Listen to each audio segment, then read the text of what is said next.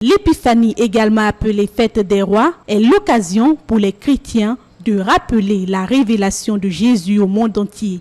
Ce dimanche 5 janvier 2025, dans les différentes paroisses visitées, l'ambiance était empreinte de cette ferveur. Au sanctuaire d'adoration perpétuelle d'Agla à Clomé, la célébration a débuté par une messe solennelle.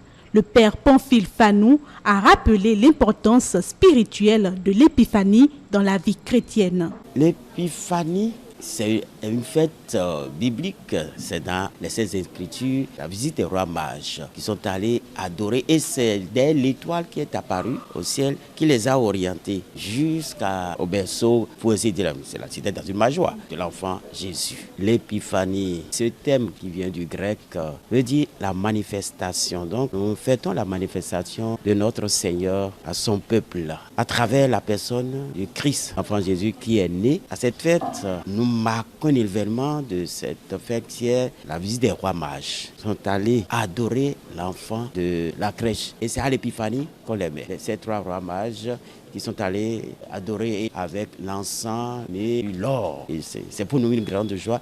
Et l'Église, à travers cette fête, prend encore hâte de la présence de Dieu dans notre vie, comment l'adorer et notre rapport avec le Christ. Et comment vraiment accueillir le Seigneur qui est venu pour nous sauver et de nous racheter de nos fautes. Cette célébration a également été marquée par des chants liturgiques et des moments de prière collective. Même ambiance sur la paroisse Saint-Charles-Luanga de Aklomé. À la sortie de la messe, les fidèles ont exprimé leur impression sur cette journée spéciale et leur compréhension de cette fête.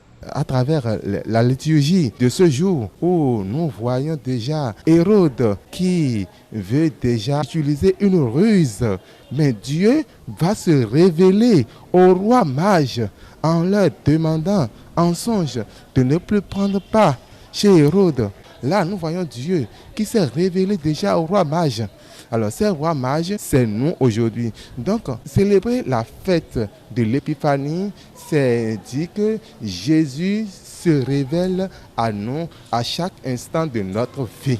Aujourd'hui, c'est la fête de l'épiphanie et c'est une grande joie, que ce soit sur la terre que dans les cieux. Le Seigneur, lumière du monde, se manifeste au monde et il est là pour guider tout le monde. Nous devons l'accepter d'abord dans notre vie et c'est le message principal que nous devons connaître aujourd'hui, c'est accepter le Christ en tant que lumière du monde pour qu'il puisse changer nos vies et nous conduire vers le Seigneur dans la paix. L'épiphanie, c'est vraiment une fête de joie. Les fêtes sont la joie. D'accord, mais celle-ci, elle est particulière parce que nous avons reçu la lumière du monde, une lumière sans pareil. Et c'est ça que nous sommes venus célébrer. Nous avons reçu une grande bénédiction pour repartir à la maison, partager avec nos frères dans notre famille. Sur la paroisse Saint-Martin de Cotonou, les chrétiens ont marqué cette fête par des sketchs, des chants, des danses, illustrant les valeurs véhiculées par l'épiphanie.